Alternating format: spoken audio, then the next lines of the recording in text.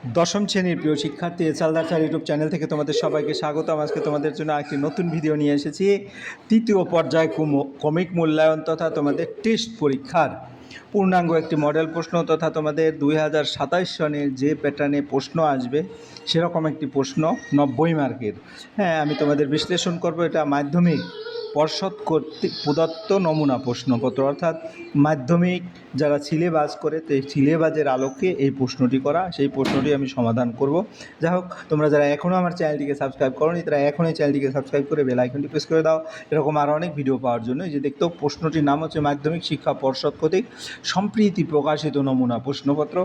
আর তোমাদের এই প্রশ্নে কিন্তু তোমাদের সকল কবিতা, সকল গল্প, তারপরে সিরাজদৌল্লা বলুন, তারপরে তোমার কোনি বলো, সমস্ত কিছু কিন্তু ব্যাকরণ, নির্মিতি, রচনা সমস্ত কিছু কিন্তু এখানে আছে।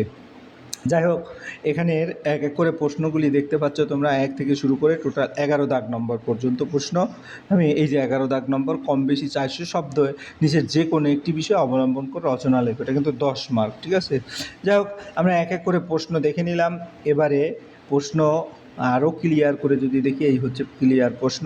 1 থেকে শুরু করে সরাসরি আমরা চলে যাব এখন উত্তর বিশ্লেষণে। হ্যাঁ, তাহলে উত্তর বিশ্লেষণের যা বলবো, প্রথমেই 1 নম্বরের প্রশ্ন।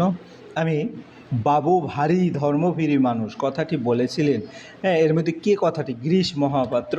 আসলে আমি এবারে এটা কিন্তু শরৎচন্দ্র চট্টোপাধ্যায় পথের দাবি উপন্যাস অংশে গিরিশ মহাপাত্রকে পুলিশ জিজ্ঞাসাবাদ করা হয়। তোমার ব্যাখ্যাটা ভালো করে দেখে নেবে, কোন গল্প কোন কবিতার, আমি কিন্তু ব্যাখ্যার মাধ্যমে সমস্ত কিছু তুলে ধরেছি। এবং তোমরা যাতে ভালোভাবে গল্প বা বই যেটাই বলো, কবিতা, সমস্ত কিছুই যদি তোমাদের ভালো করে জানা থাকে তাহলে কিন্তু উত্তরগুলি দিতে অনেক সুবিধা হবে। স্কুলের মাস্টারমশাই থেকে হরিদা পেয়েছিল।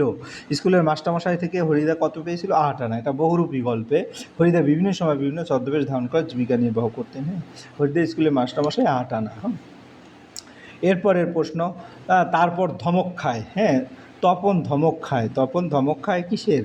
হ্যাঁ, নিজের লেখা গল্প না পড়ার জন্য। এটা আশাপূর্ণ দেবীর জ্ঞানচক্ষু গল্পে তখন নিজের গল্প ছাপা হয়েছে দেখে খুব আনন্দিত হয়েছিল, কিন্তু গল্পটি এই ব্যাখ্যাটা তোমরা ভালো করে দেখবে। এরপরের প্রশ্ন হচ্ছে তোমার অভিষেক শিশু কাব্যাংশটি মেঘনাদের কাব্য, এর যে স্বর্গ থেকে নেওয়া হয়েছে, কোন স্বর্গ থেকে নেওয়া হয়েছে? এটা 3য় স্বর্গ। মাইকেল মধুসূদন দত্তের বিখ্যাত মহাকাব্য মেঘনাদ বধ কাব্য মোট 9টি স্বর্গে বিভক্ত, অভিষেক 3য় স্বর্গের অংশ। এরপরের প্রশ্ন, সেই হোক তোমার সভ্যতার শেষ পুণ্যবাণী। সভ্যতার শেষ পুণ্যবাণী হলো কি? সভ্যতার শেষ পুণ্যবাণী ক্ষমা করো। রবীন্দ্রনাথ ঠাকুরের আফ্রিকা কবিতায় সভ্যতার নামে, অর্থাৎ এটা আফ্রিকা কবিতার, তোমরা ভালো করে দেখলে বুঝতে পারবে, ক্ষমা চাওয়া।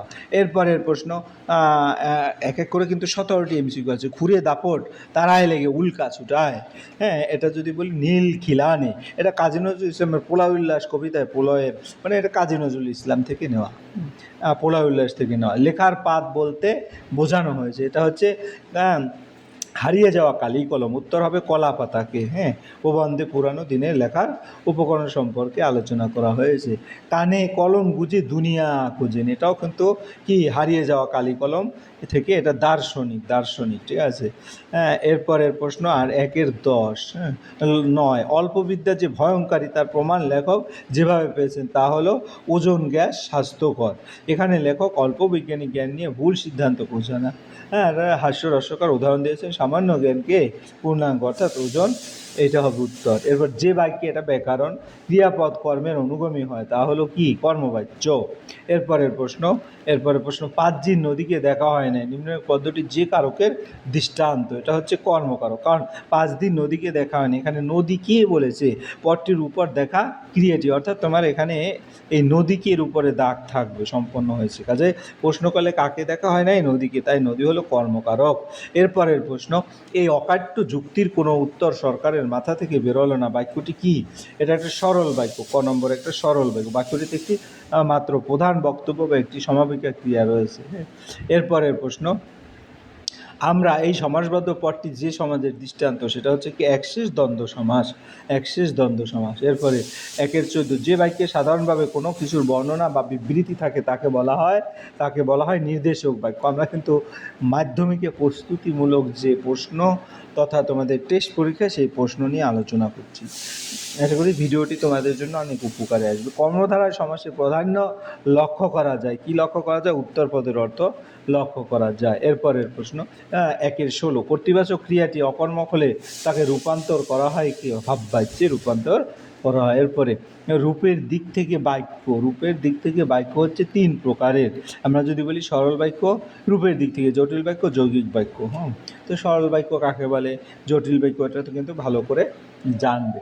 এরপরের প্রশ্ন 1 নম্বরের প্রশ্ন আমাদের হয়ে গেল। 2 নম্বরের প্রশ্ন, তো 2 নম্বরের প্রশ্নের উত্তরগুলি বা প্রশ্নগুলি যদি একটু দেখে আসি, এখানে দেখো 2-এর অনেক প্রশ্ন আছে।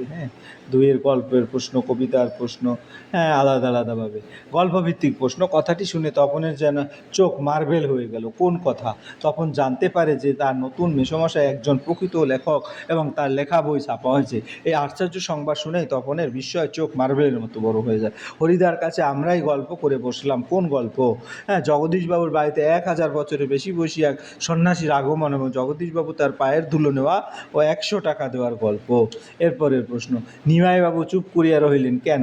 গিরিশ মহাপাত্র অদ্ভুত উত্তর ও আচরণে নিমাইবাবু পরিস্থিতি বিচার করিলেন এবং তাই সঙ্গে কিছু না বলে তিনি চুপ করে থাকেন। পরে তিনি মহাপাত্রকে যেতে দেন, কিন্তু তার উপর নজর রাখার নির্দেশ দেন।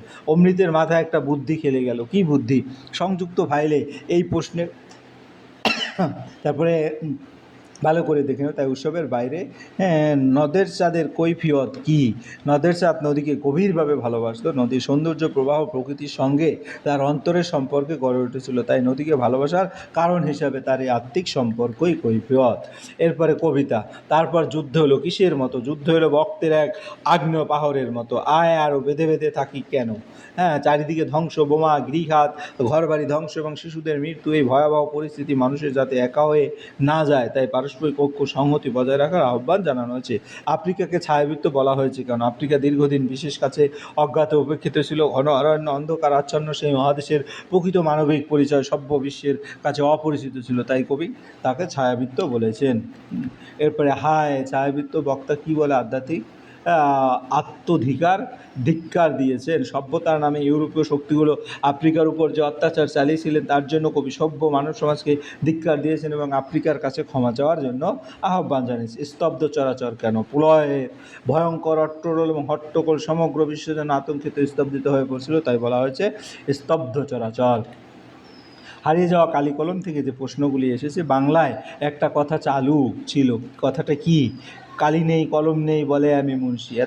এর দ্বারা বোঝানো হয়েছে প্রয়োজনীয় উপকরণ না থাকলে নিজেকে বড় কাজের মানুষ বলে দাবি করা। কোনো কলমের সূত্রে সত্যিকারের বিপ্লব, ফাউন্টেন পেনের সূত্রে কলমের দুনিয়ায় সত্যিকারের বিপ্লব ঘটে। কলকাতা বিশ্ববিদ্যালয় পরিভাষা সমিতিতে কারা ছিলেন? এই তোমাদের স্পষ্ট করে কিন্তু সমস্ত উত্তর দিতে হবে। সম্বন্ধপদ কারক নয় কেন? কারকের সঙ্গে ক্রিয়াপদের প্রত্যক্ষ সম্পর্ক থাকে, কিন্তু সম্বন্ধপদের সঙ্গে ক্রিয়াপদের প্রত্যক্ষ সম্পর্ক থাকে না। এই দুটি নাম পদের মধ্যে সম্পর্ক প্রকাশ করে, তাই সম্বন্ধপদ কারক নয়। সমধাতু কর্মের উদাহরণ, সে খেলাটি খেললো, এখানে খেললো ক্রিয়া এবং খেলাটি কর্ম একই ধাতু থেকে গঠিত, তাই এটি সমধাতু কর্ম। এরপরে শূন্য বিভক্তি, যে বিভক্তির কোনো দৃশ্যমান চিহ্ন থাকে না কিন্তু কারক সম্পর্ক বোঝা যায় তাকে শূন্য বিভক্তি বলে। 2-4, যেমন রাম ভাত খায়, এখানে রাম এর সঙ্গে কোনো বিভক্তি যুক্ত নাই। অনুসর্গ বিভক্তির পার্থক্য, বিভক্তি সাধারণত শব্দের শেষে যুক্ত হয়ে কারক সম্পর্ক প্রকাশ করে। অনুসর্গ স্বাধীনভাবে ব্যবহৃত হয়ে শব্দের সঙ্গে সম্পর্ক স্থাপন করে। উদাহরণ, রামের জন্য, যেমন জন্য অনুসর্গ, রামকে কে বিভক্তি। তোমার এক এক করে আমরা 2-এর প্রশ্ন দেখে নিলাম।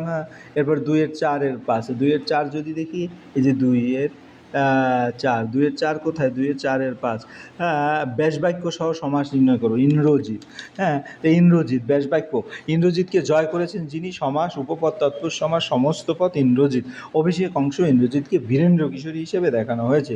যোগ্যতাহীন বাক্যের উদাহরণ দাও। পাথরটি দুধ পান করলো, পাথরের দুধ পান করার ক্ষমতা নেই, তাই বাক্যটি অন্তর্গত অর্থগত যোগ্যতা নেই। কোন বাচ্যে রূপান্তর সম্ভব নয়? কর্তৃবাচ্য থেকে কর্মবাচ্যে রূপান্তর সরাসরি সম্ভব নয়। এরপরের প্রশ্ন, আমার দ্বারা চিঠি লেখা হয়েছে, এটা কি কর্তৃবাচ্য? আমি চিঠি লিখেছি, এর কর্তৃবাচ্য হবে আমি চিঠি লিখেছি। কর্তৃবাচ্য থেকে ভাববাচ্যের একটি নিয়ম, কর্তৃবাচ্যের সকর্মক ক্রিয়ার কর্মপদকে ভাববাচ্যে সাধারণত গুরুত্ব না দিয়ে ক্রিয়ার ভাবকে প্রদান করা হয় এবং কর্তার পরিবর্তে আমার দ্বারা, তোমার দ্বারা ইত্যাদি ব্যবহার করা হয়।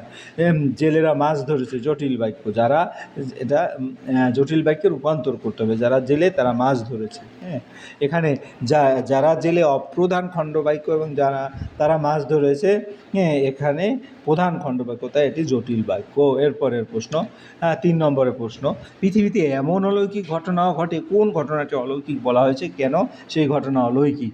আশাপূর্ণ দেবীর জ্ঞানচক্ষু গল্পে তপনের লেখা প্রথম দিন পত্রিকায় প্রকাশিত হওয়ার ঘটনাকে অলৌকিক মনে হয়েছিল, কারণ তপন ভাবতেই পারেন যে তার মতো অল্প বয়সী একটি ছেলের লেখা গল্প সত্যিই ছাপার অক্ষরে প্রকাশিত হবে, হাজার হাজার পাঠকের হাতে তা ঘুরবে, তাই ঘটনাটি তার কাছে অবিশ্বাস্য অলৌকিক বলে মনে হয়েছে। হ্যাঁ, তখন ছোটোবেলা থেকে গল্প পড়তো, নতুন মেশোকে দেখে তার ধারণা হয়েছিল যে সাধারণ মানুষও গল্প লিখতে পারে। পরে সে নিজেই গল্প লেখে, মেশো গল্পটি পত্রিকায় ছাপিয়ে দেন, পত্রিকায় নিজের নাম দেখে তখন বিস্ময়ে আবির্ভূত হয়, তাই তার নাম মনে হয় পৃথিবীতে এমন অলৌকিক ঘটনাও ঘটে। এরপরের প্রশ্ন, তাতে যে আমার ঢং নষ্ট হয়ে যায়, ঢং বলতে কি বোঝানো হয়েছে, কিসে বক্তার ঢং নষ্ট হয়ে যায়?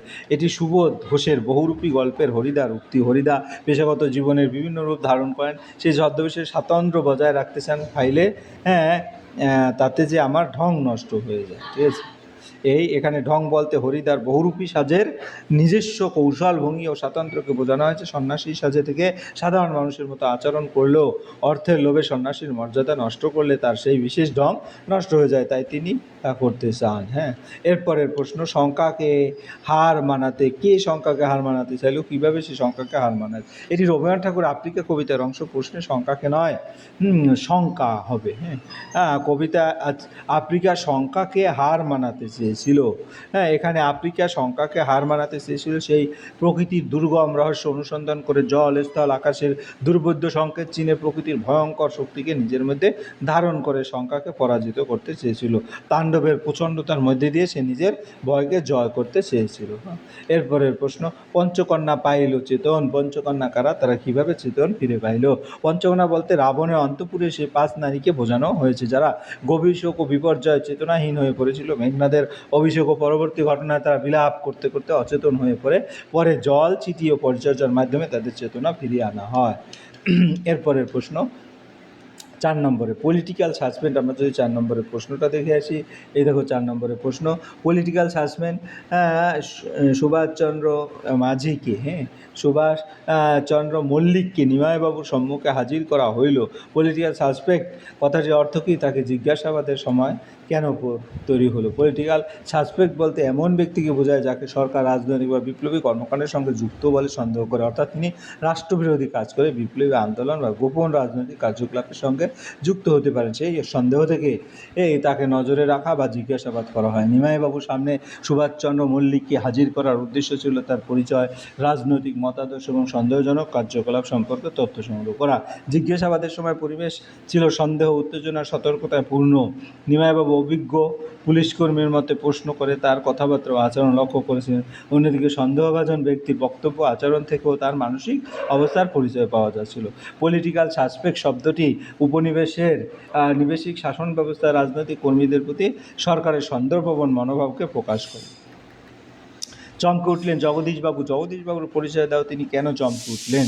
জগদীশবাবু ছিলেন শহরে একজন ধনী ব্যক্তি, তার প্রায় 11 লক্ষ টাকার সম্পত্তি ছিল এবং এই সম্পত্তির অহংকার তার চরিত্রের প্রকাশ পেয়েছিল। তিনি সাধু সন্ন্যাসীর প্রতি অত্যন্ত শ্রদ্ধাশীল ছিলেন। হরিদা যখন এক বিরাগী সন্ন্যাসীর ছদ্মবেশে তার বাড়িতে উপস্থিত হন, তখন জগদীশবাবু প্রথমে তাকে সত্যিকারের সাধু বলেই মনে করেন। তিনি চমকে উঠেছিলেন কারণ হঠাৎ বারান্দার সিঁড়ির কাছে এক অদ্ভুত সন্ন্যাসীর আবির্ভাব হয়েছিল। তার চেহারা ছিল শূন্য, গায়ে সাদা উত্তরীয়, হাতে ঝোলা এবং ঝোলার মধ্যে ছিল গীতা। তাকে দেখে মনে হচ্ছিল যেন তিনি সাধারণ জগতের বাইরের কোনো মানুষ। পরে সেই সন্ন্যাসী জগদীশবাবুকে তার সম্পত্তির অহংকারের জন্য ব্যঙ্গ করেছেন। এরপরের প্রশ্ন হচ্ছে 5 নম্বরে, শিশু আর বাড়িরা খুন হলো, সেই মেয়েটির মৃত্যু হলো না, কে এই মেয়ে, তার মৃত্যু হলো না, কথা বলার কারণ কি? শিশু বা বাড়িরা কী কারণে খুন হলো? উদ্ধৃত অংশটি পাবলো নেরুদার অসুখী একজন কবিতার যুদ্ধ বিধ্বস্ত পৃথিবী চিত্রের সঙ্গে সম্পর্কিত। এখানে মেয়ে বলতে সেই মানবিকতা বা জীবনের প্রতীকী রূপে বোঝানো হয়েছে যা যুদ্ধের ধ্বংসযজ্ঞের মধ্যেও সম্পূর্ণভাবে বিনষ্ট হয় না। যুদ্ধের সময় নিরপরাধ শিশু ও সাধারণ মানুষ নিহত হয় এবং তাদের ঘরবাড়ি ধ্বংস হয়ে যায়। যুদ্ধ মানুষের স্বাভাবিক জীবন, নিরাপত্তা ও শান্তি কিনে নেয়, কিন্তু মানুষের বেঁচে থাকার আকাঙ্ক্ষা, ভালোবাসা, নতুন করে জীবন গড়ার শক্তি সম্পূর্ণরূপে ধ্বংস করা যায় না। তাই কবি বলেছেন মেয়েটির মৃত্যু হয়নি, তার মধ্যে ভবিষ্যৎ জীবনের সম্ভাবনা বেঁচে রয়েছে। এখানে যুদ্ধবিরোধী মানবতার বক্তব্য প্রকাশ পেয়েছে। যুদ্ধ ধ্বংস করতে পারে ঘরবাড়ি বা মানুষের জীবন, কিন্তু মানবতার পূর্ণ জন্মের সম্ভাবনাকে পুরোপুরি ধ্বংস করতে পারে না। হ্যাঁ, এরপরে প্রশ্ন, অস্ত্র ফেলো, অস্ত্র রাখো পায়ে, কার উদ্দেশ্যে আবেদনটি তাৎপর্য বুঝিয়ে। এই আবেদনটি যুদ্ধপ্রিয় হিংস্র মানুষের উদ্দেশ্যে করা হয়েছিল। কবি তাদের হাত ধরা অস্ত্র পরিত্যাগ করে শান্তির পথ ফিরে আসতে বলেছেন। যুদ্ধ মানুষের জীবন, ঘরবাড়ি, সভ্যতাকে ধ্বংস করে, তাই অস্ত্রের শক্তির পরিবর্তে ভালোবাসা, মানবতা, শান্তি ও সমমর্মিতা গ্রহণ করায় কবির মূল বক্তব্য। এই আবেদনে শুধু যুদ্ধ বন্ধ করার আহ্বান নয়, এটি মানুষের বিবেকের কাছে আবেদন, মানুষ যেন হিংসা ধ্বংসের পথ ত্যাগ করে শান্তিপূর্ণ সহাবস্থানের পথ বেছে নেয়। এই হলো এর তাৎপর্য। এরপরের প্রশ্ন 5-6, হ্যাঁ, 150 শব্দের মধ্যে লেখো। আমাদের অলঙ্কারীগণ শব্দের ত্রিবিধ কথা বলেছেন। শব্দের ত্রিবিধ কথা কি? বাংলা ভাষায় বিজ্ঞান প্রবন্ধে এই ত্রিবিধ কথার প্রসঙ্গ এসেছে কেন? বাংলা ভাষায় বিজ্ঞান প্রবন্ধে শব্দের ত্রিবিধ কথার অর্থ হলো অভিধা, লক্ষণা এবং ব্যঞ্জনা বোঝানো হয়েছে।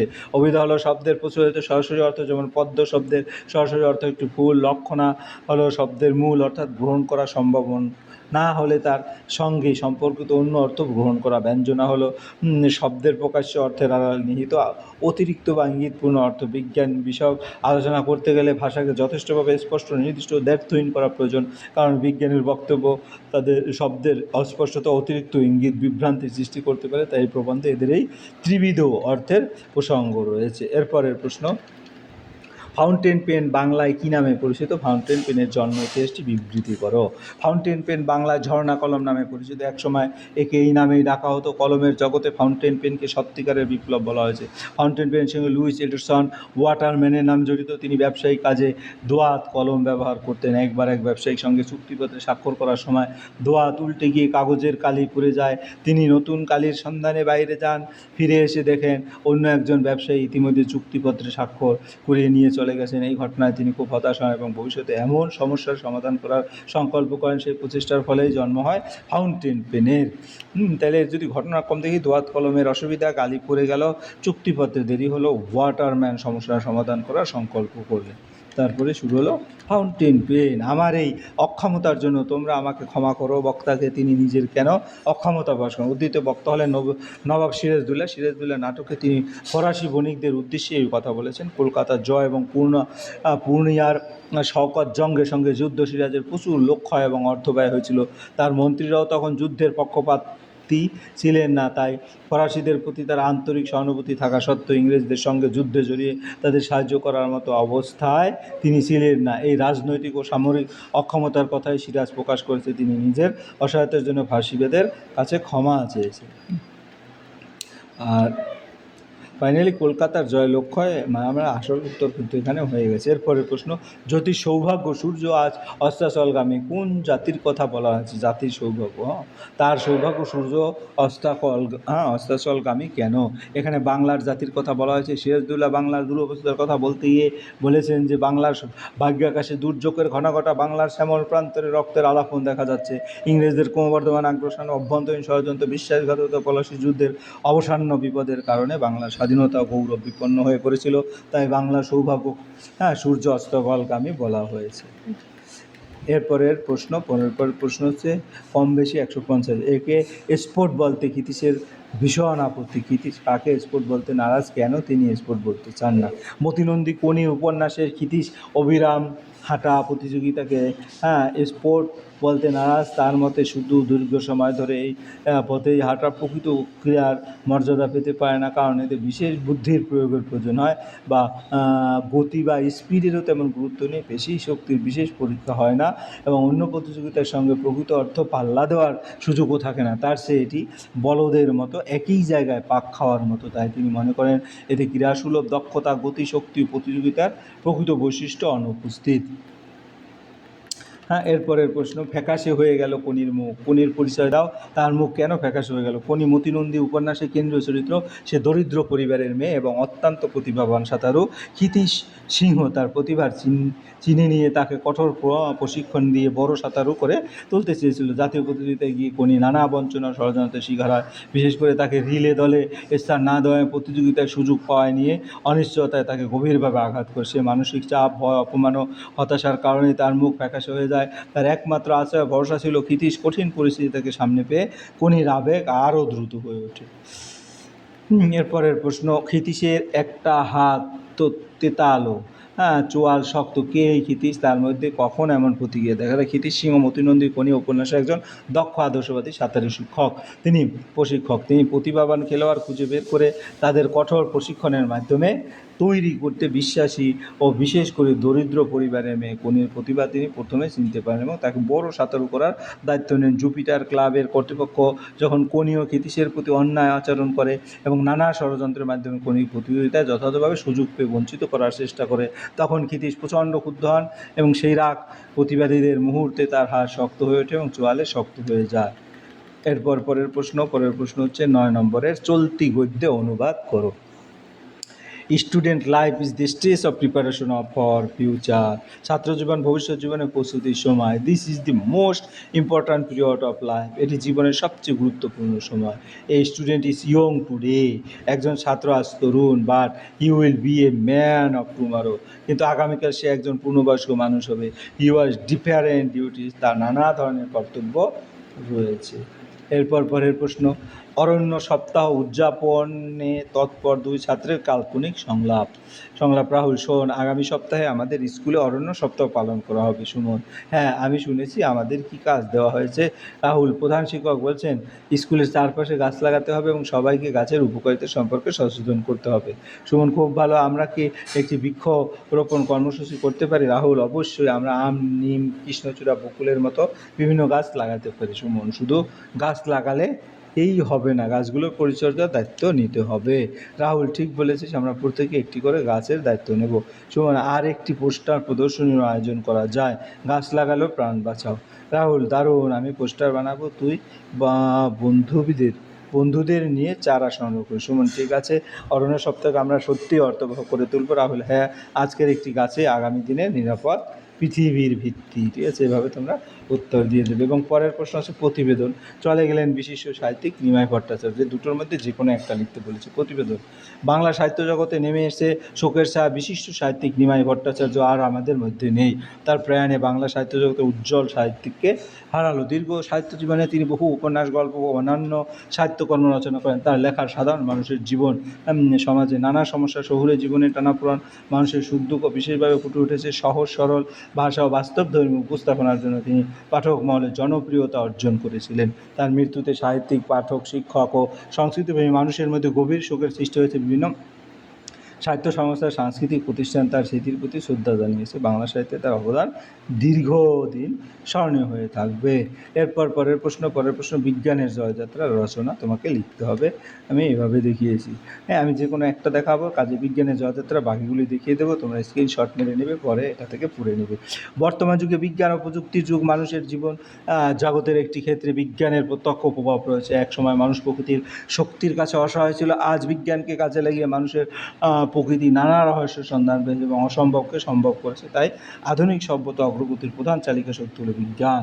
বিজ্ঞানের অবদান, বিজ্ঞান জয়যাত্রার সূচনায় মানুষের কৌতূহল অনুসন্ধিৎসু থেকে আগুনের আবিষ্কার করে শুরু করে বিদ্যুৎ, বাষ্পশক্তি, টেলিফোন, রেডিও, টেলিভিশন, কম্পিউটার ও ইন্টারনেট, প্রতিটি আবিষ্কার মানুষের জীবনে সহজ করেছে। চিকিৎসা বিজ্ঞানের অবদান অসাধারণ। এক সময় যে রোগে মানুষ মৃত্যু অনিবার্য ছিল, আজ তার অনেকগুলি চিৎকার মাধ্যমে নিরাময় করা সম্ভব। এক্স রে, আলট্রাসোনোগ্রাফি, বিভিন্ন পরীক্ষায় নিরীক্ষা আধুনিক অস্ত্রোপচার নানা জীবন রক্ষাকারী ঔষধ চিকিৎসা বিজ্ঞানে বিপ্লব এনেছে। যোগাযোগ ব্যবস্থাতেও বিজ্ঞান বৈপ্লবিক পরিবর্তন ঘটেছে। মোবাইল ফোন ইন্টারনেটের মাধ্যমে পৃথিবীর এক প্রান্তরের মানুষ মুহূর্তের মধ্যে অন্য প্রান্তরের মানুষের সঙ্গে যোগাযোগ করতে পারে। কম্পিউটার ও কৃত্রিম বুদ্ধিমত্তা শিক্ষা পরিবেশ ব্যবসা ও প্রশাসনের কাজকে দ্রুত করেছে। কৃষিক্ষেত্র বিজ্ঞানের অবদান গুরুত্বপূর্ণ। উন্নত বীজ আধুনিক সেচ ব্যবস্থা এবং কৃষি যন্ত্র বৈজ্ঞানিক পদ্ধতির সাহায্যে উৎপাদন বৃদ্ধি পেয়েছে। মহাকাশ বিজ্ঞানী মানুষকে পৃথিবীর বাইরে মহাকাশ সম্পর্কে জানার সুযোগ দিয়েছে। চাঁদ ও অন্যান্য গ্রহ সম্পর্কে মানুষকে জ্ঞান ক্রমশ বাড়ছে। বিজ্ঞানের অপব্যবহার, তবে বিজ্ঞান যেমন কল্যাণের দিক আছে তেমনি অপব্যবহারও আছে। যুদ্ধের অস্ত্র, পরিবেশ দূষণ, ধ্বংসাত্মক প্রযুক্তি মানব সভ্যতার জন্য বিপজ্জনক হতে পারে। তাই বিজ্ঞানকে মানব কল্যাণে ব্যবহার করে আমাদের কর্তব্য।